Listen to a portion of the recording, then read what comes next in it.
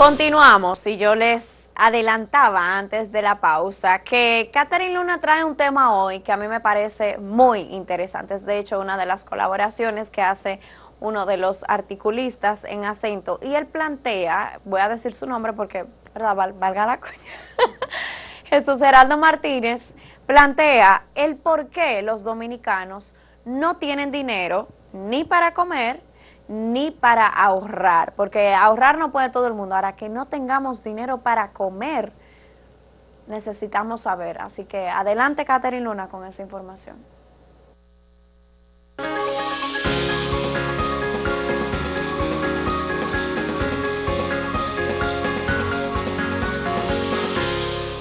Así es, Nicole, los dominicanos no ganan ni para comer, ni mucho menos para ahorrar. Luego del aumento de los salarios realizados en algunas instituciones del Estado, la sociedad ha cuestionado la legalidad, la prudencia y hasta la solidaridad con los que menos ganan. Esas instituciones descentralizadas y autónomas, como es el caso de la Superintendencia de Bancos, que no recibe fondos públicos del presupuesto general del Estado, realizaron sus incrementos de salarios conforme al ajuste de inflación y bajo el amparo legal establecido en sus normativas. Con la inflación, incrementos de los precios de la comida, la energía y todo en general que ha subido, ha erosionado el poder adquisitivo de las personas para vivir dignamente. La gente siente que no tiene dinero ni para comer, ni mucho menos para ahorrar, como decíamos. A junio del 2022, según el Banco Central, el costo promedio de la canasta básica familiar nacional ascendió a 42,000 pesos. Y según los quintiles entre el primer, es decir, los más vulnerables y los de menor ingreso, hasta el quinto, es decir, el de mayor ingreso, la canasta básica oscila entre los 24,978 pesos y los 69,194 pesos. El salario promedio que reciben los dominicanos asciende a 28,987 pesos y el 70% de los dominicanos perciben salarios menores de los 30,000 pesos. Esto significa que no ganan ni para cubrir la canasta familiar básica y mucho menos para ahorrar y tener fondos de emergencia en casos de crisis. Recordemos que el último aumento salarial mínimo del sector privado no sectorizado que hizo el gobierno por clasificación de empresas es de 11,900 pesos en las microempresas, 12,900 en las pequeñas, 19,250 en las medianas y 21,000 pesos en las grandes empresas. En conclusión, la mayoría de las personas en República Dominicana no ganan salarios que les permita cubrir sus necesidades básicas. El economista Jesús Geraldo Martínez sostiene que ante esta situación el Estado dominicano debería tener una política de ajuste salarial por alta inflación y por la productividad de los empleados, tanto en el sector público como en el privado. Considera que los salarios en el país debe ser una responsabilidad del gobierno y que en tiempos de alta inflación como la que estamos viviendo existan ajustes automáticos que compensen la pérdida del poder adquisitivo de los salarios. Estos datos forman parte del consultorio financiero publicado en Acento por el economista Jesús Geraldo Martínez. Ajuste, a ver, una política salarial que pueda aplicarse específicamente en momentos de inflación. Sí, que se haga de manera automática, es lo que plantea Jesús. Es lo que no existe y por lo que obviamente todo el dominicano que hoy sabe que la semana pasada se estaba hablando del superintendente de bancos Alejandro Fernández, que terminó renunciando o entregando su cargo al superintendente de electricidad, todo por un tema de sueldos. Así es. Entonces, en un principio se habla de que son sectores de nuestra economía que son regulados por instituciones que, si bien salen del Estado, no pertenecen directamente al gobierno. Exacto, no perciben desde el presupuesto Exacto, y ¿qué? ¿Exacto? Una combinación de exacto y Estado, ¿ok? Y que justamente por eso los salarios que perciben las personas que lo dirigen por recomendación internacional, que esto es importante, señores, corresponde a 1% de lo que producen esas industrias en el país. Entonces, a todo el mundo le alarmó el hecho de que tanto los dos superintendentes, incluidas algunas personas en esas administraciones también, tuvieran salarios tan elevados, sobrepasando incluso los 300,000 pesos, por mucho, o sea, por el doble. No, 1,000,000. 1,000,000. 1,000,000. A la gente como que le llamó mucho la atención y tienen todo el razón de quejarse, pero es importante eso también. O sea, a nosotros nos molesta que un funcionario que regule una entidad de ese tipo tenga un sueldo tan alto, pero no es ilegal. La ley que crea esas instituciones es legal. Lo dice de esa forma, la comunidad internacional recomienda que sea de esa forma, pero entonces República Dominicana está en un momento de inflación y no tiene una política especial para esos momentos. No, no lo hay. Sabemos que los salarios, como el último que estuve mencionando, donde el mínimo para las empresas grandes son 21,000 pesos, muy por debajo de la canasta básica familiar, esto se hace cada 2 años y no tiene nada que ver con la inflación. ¿Y la última que se hizo cuándo fue? Recientemente. Se han hecho 13 aumentos en este gobierno, en lo que va de gobierno del presidente Luis Abinader. Y este fue uno de ellos. Que todavía no toca una vista a ese tema. No. Pues yo creo que, digo yo, Nicole Espejo dice y entiende que el tema de una regulación para momentos de inflación específicamente, y más nosotros viniendo un año post pandemia, de crisis mundial con el tema de la guerra entre Rusia y Ucrania, como que de qué manera se podría poner en agenda un tema como el que recomienda Jesús Geraldo, que es una política específica para un momento como este, sin que esté dentro del periodo de los 2 años. Ya, tú sabes que eso, Nicole, tiene que ser tratado desde el gobierno central, pero junto con el Ministerio de Trabajo y también desde el Ministerio de Economía. No, estoy hablando ya en el caso de los salarios del gobierno y en el caso de los salarios privados. Es en conjunto. Con esas superintendencias. Sí sabemos que el salario a nivel público es mucho mejor que a nivel privado, por eso vemos que muchas personas pasan al sector público. Sin embargo, hay salarios que todavía no compensan, es decir, que una persona no puede, el mínimo, todavía alcanzar la canasta básica. Ahora bien, lo que ha dicho el gobierno, que los últimos aumentos se debe a eso mismo, a compensar un poquito las alzas que hemos tenido en alimentos, en bienes y servicios, pero no es suficiente. Y ahí es que está el problema. No, y claro que si uno lo ve desde la perspectiva ciudadana y no tanto desde la legalidad, que lo son, claro que afecta ver que solamente una persona tenga ese beneficio.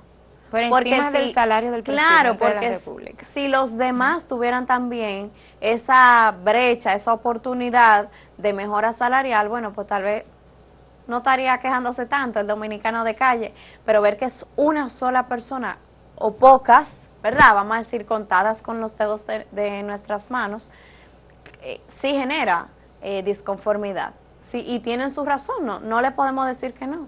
Porque claro, no le podemos decir al dominicano no te quejes o no te sientas traumado, no te sientas mal.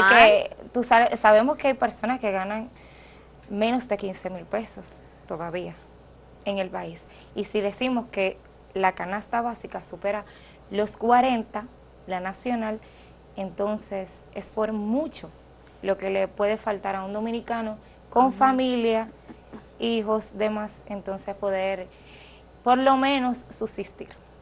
Tú sabes que voy a echarme un cuento que daba don Gustavo Olivo en la redacción cuando él decía que cuando se hizo esa regulación de que las personas que dirigían superintendencias y demás tuvieran un sueldo que correspondiera a un porcentaje X de la entidad que regulan, de lo que produce la industria que regulan, pues que habían superintendentes que llegaban en motoconcho a una reunión con el director de un banco muy importante de la República Dominicana y llegaban sudados. Sin, imagínate, con una ropa cómoda, pero llegaban entonces a formalizar algún acuerdo, alguna conversación importante con un directivo, con un ejecutivo de un banco, y entonces como que ahí también era fácil, escuchen de dónde viene, era fácil incurrir en procesos corruptos. Porque entonces yo ocupo una posición tan importante, pero me veo también en un espacio en el que me rodeo de tanta gente de poder. Y te exige. Y que me exigen, pero no tengo. Y por eso incluso nace la recomendación internacional de que se igualara un poco el salario de esas personas. Yo creo que, por eso digo, también hay que entender de dónde vienen las cosas. Ese cuento que nos hizo don Gustavo Olivo, que le encanta hacer cuentos, también retrata un poquito la situación, un poco más a nivel interno, para los ciudadanos que con toda su razón están ofendidos, pero que le puede ayudar a entender un poco de dónde surge todo. Yo creo, Nicole, que con eso que dices, lo que faltó aquí fue información. Eso es subí el salario, pero nunca se informó, y la mayoría de la población ni siquiera sabe cómo se maneja internamente las superintendencias, y mucho menos cuando le presentas un salario que sobrepasa los 500,000 pesos, cuando hay una persona en cualquier barrio de la ciudad con menos de 10,000 mensual. Tiene que vivir. Así es. Sí, es falta de información. Ahora queda una cosa clara. Aquí nadie quiere que hablen mal de ellos porque de una vez están renunciando. Te voy a dejar ahí, no te voy a pedir opinión sobre eso porque tampoco te voy a poner... Bueno, puedo decir que uno de ellos hoy dijo que renunció por esa misma presión que se le ha hecho a partir de los aumentos. Ahí lo tienen, así que bueno, en esta ocasión, gracias a Dios, no ha sido por razones mayores, pero nada, que la población está atenta, viendo y pendiente. Con eso nos vamos a la pausa. Catherine, gracias. A ti por la invitación. Cuando retornemos, ¡ay! Hoy es Día Internacional del Orgasmo Femenino y hablamos de eso. A la pausa.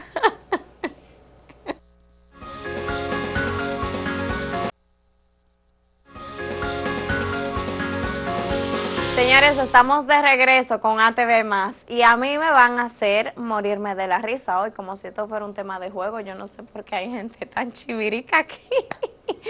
Bueno, pero vamos a hablar justamente de un tema que se habla hoy y les comento a continuación. El Día Internacional del Orgasmo Femenino se conmemora cada 8 de agosto con el fin de crear conciencia sobre la sexualidad femenina y el derecho al placer que tienen las mujeres. A continuación veamos más detalles. El orgasmo es la parte más intensa de la excitación y se considera indispensable para la salud sexual, mental y relacional. Se logra cuando se libera la presión del cuerpo y genitales, pero antes de llegar a él, debe haber un proceso de estimulación sexual. A propósito de que hoy se conmemora el Día Internacional del Orgasmo Femenino, Acento ha recopilado algunas consideraciones de la sexóloga y terapeuta de pareja Ana Simó, quien explica que cuando las personas logran llegar al orgasmo, tienen una vida más saludable y feliz. ¿Cómo lograr un orgasmo? La doctora Simó dice que todavía existe el mito de que si no es con la penetración, la mujer es anorgásmica. Pero la especialista aclara que hay orgasmos vaginales y orgasmos del clítoris. También precisa que cada mujer es única y que en cuanto a la masturbación hay algunas que les gusta la estimulación circular, otras más suave o más rápido.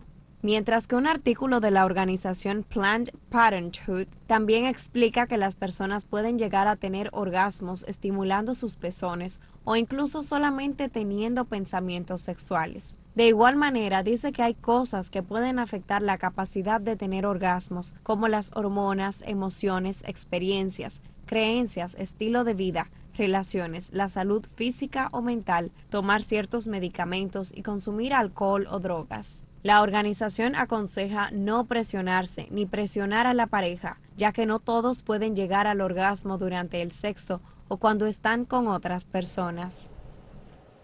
Entonces, ¿por qué se conmemora este día?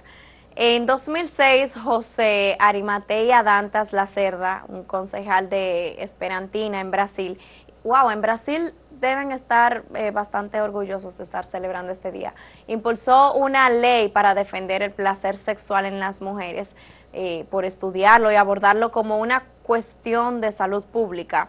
Arimatea se basó en una encuesta de un grupo de alumnos de la Universidad Federal de Piauí, es como se dice en portugués, que detectó que el 28% de las mujeres de la región eran incapaces de llegar al orgasmo o tenían dificultades para lograrlo. El tema fue considerado algo de salud pública que obligaba a la concientización del derecho al placer de la población femenina, por lo que se estableció esta fecha como el Día Internacional del Orgasmo Femenino. Creo que no les tengo que seguir dando explicaciones, y los que siguen las redes sociales verán que el tema ha sido tendencia en el día de hoy. Con esto me despido de ustedes. Les recuerdo que puede abundar en acento.com.do las informaciones, nos puede ver de nuevo o sintonizar en vivo en acentotv.do. En redes sociales nos encuentra como @acentodiario y a mí en lo personal como @Nicole Espejo. Y que no se me olvide a nuestra gente de YouTube que nos pueden encontrar en YouTube como Acento TV y ahí encontrará a TV Más. Para mí fue un placer, nos vemos mañana.